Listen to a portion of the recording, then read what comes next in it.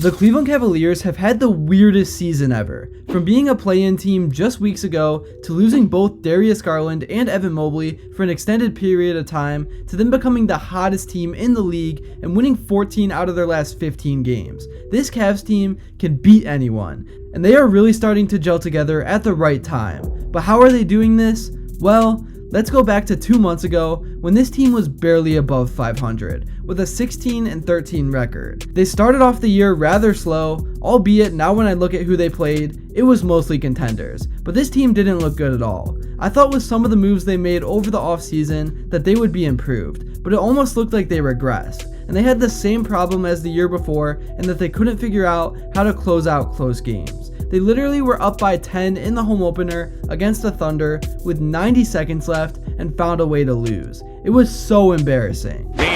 Baseball's one ahead for LeVert. LeVert off to Mitchell. Mitchell into the forecourt. Had it knocked away. And actually, Mitchell goes down. He's favoring a leg. And there were even reports made by insider sources that the locker room was lost and things were not looking good at all. But then, we all found out that this team would be without Darius Garland and Evan Mobley for an extended period of time. And for most people, when they heard this news, they thought the season was pretty much over, and this team needed to step back in their rebuild. But it turned out that this was somehow the best thing that could have happened for the Cavs, because head coach JB Bickerstaff didn't know exactly how deep this team really was, and he quickly found out that he had guys down the end of the bench and in the G League that were ready to contribute to winning basketball for this team. Guys like Craig Porter Jr., Sam Merrill, and Isaac Okoro really showed up in a big way.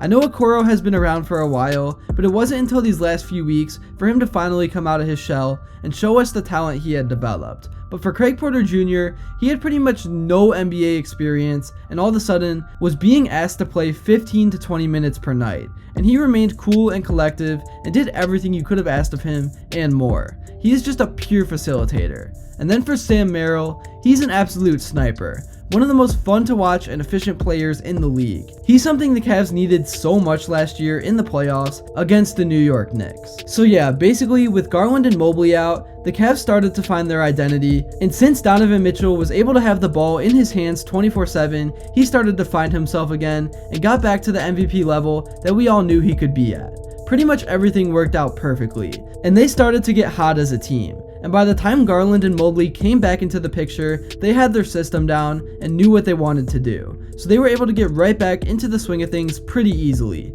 and it's been so much fun to watch. They've been incorporating the big-to-big action a ton, and over the past 15 games, have had the #1 defense in the whole NBA. They had the #1 defense last year as well, but the difference is that this year, they bring that intensity on the offensive side of the ball as well.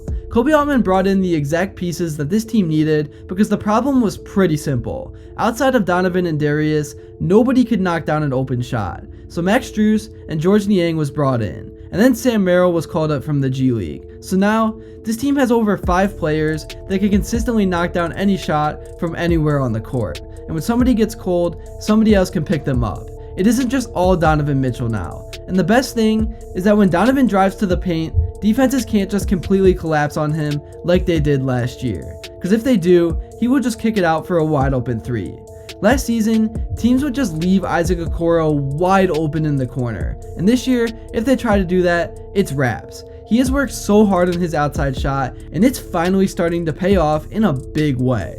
Alright. Now let's look at some of the numbers behind the Cavs' recent success over the last 15 games. So starting off with the teams they faced, it started out with some easy games, so nobody took what they were doing serious. But then, they beat the Bucks by 40 on national TV, then they beat the Magic, and then split with the Bucks in a mini 2-game series, and then they took care of the #1 ranked team in the power rankings in the Los Angeles Clippers. And then, they just beat the red-hot Sacramento Kings in dominating fashion. So you can no longer say that they're on this streak because they faced bad teams. They've beaten everyone. And you can't say that they're going to do all this to choke in the first round because things are way different this year. Like I said, they have shooting. It won't be near the same story at all. So speaking of that, the Cavs have got their 3-point percentage as a team up to 37%, which is very solid. And they are moving the ball around as well, averaging around 27 assists per game. And I only expect that to go up from here with Darius Garland back in the lineup. They've been scoring 114.8 points per game as a unit, which is around league average. But from how they started the season, that is way up, and I expect it to keep going up. and the team as a whole is also rebounding pretty well, grabbing around 45 boards a game. But now, let's look at this month specifically. They are 3-0 and are averaging 120.3 points in those games combined. They're shooting 40% from behind the arc, and they are winning on average by over 16 points. Just incredible stuff. And even though they did face the Pistons, Spurs, and Grizzlies, the way the schedule was set up was not easy at all. They had to play a lot in a little amount of time, and that's going to continue as they start to make up games since they didn't have a ton during the in-season tournament. Anyways, there's been a lot of talk about if Darius Garland and Donovan Mitchell can be successful together as a duo, and I think people are skeptical for the right reason. It has seemed like Mitchell plays better without him, but to me, the reason for that is pretty obvious, and I already talked about it earlier in this video. They both are ball dominant players, they're better and make their teammates better with the ball in their hands. So when they're both on the court together, only one guy can of course have the ball at a time. And also, they are undersized, so their defense is lacking.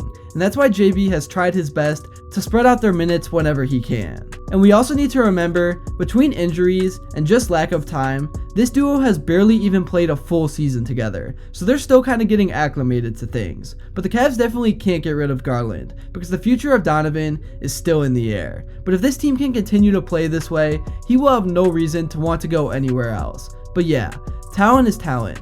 I don't think there's any way that Mitchell and Garland actually do make each other worse players. They're just still trying to figure out how to be successful when they're both on the court. And honestly, I think Mitchell needs to be the point guard and main facilitator, and Garland needs to be in more of a combo guard type of role. Also, I gotta talk about and give credit where it's due to JB Bickerstaff, because he's the guy that has been making this all work, and he faced so much scrutiny after the playoffs last year and early on in this season. So many people were calling for him to be fired, and although he still hasn't proven any playoff success yet, could you imagine if the Cavs did call it quits on him early like that? Man, that would have been terrible. But yeah, JB has got this team bonding together, there's great chemistry throughout the locker room, and on the court, this team has been playing some of the most fun and exciting basketball in the league. The ball just moves around so fast, and it's been giving so many different guys a lot of wide open looks, which is a big reason why their offensive numbers have been so high in January and February. And now that the team is back to being healthy, who knows where things can go. I can't wait to see.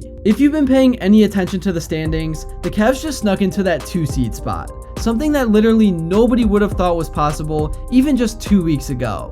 And this is huge for this team, because obviously they will be feeling the pressure in the playoffs after how they laid an egg last year. And if they can get to face a play-in team, that will make things a whole lot easier. Unless it's the Miami Heat, of course, because we already know the drill with that team. Also, before I end off this video, I do want to talk about Evan Mobley, because since he has returned back to the court, I have been loving what I've seen out of him. He's been playing super aggressive. This season, he is averaging a double-double with just over 15 points per game and 10 rebounds. But a lot of the things he does while he's out there doesn't show up on the box score. Defensively, he can test nearly every shot that gets put up in the paint with his super long wingspan. And in the win over the Spurs, he showed his ability to knock down threes, which if he somehow finds the ability to do consistently, it will be over for the league. One more player I also want to talk about is one of the more underrated guys in this league in Caris LeVert. He's a guy in the past that I have criticized a ton, I will admit that, but he's literally the perfect sixth man.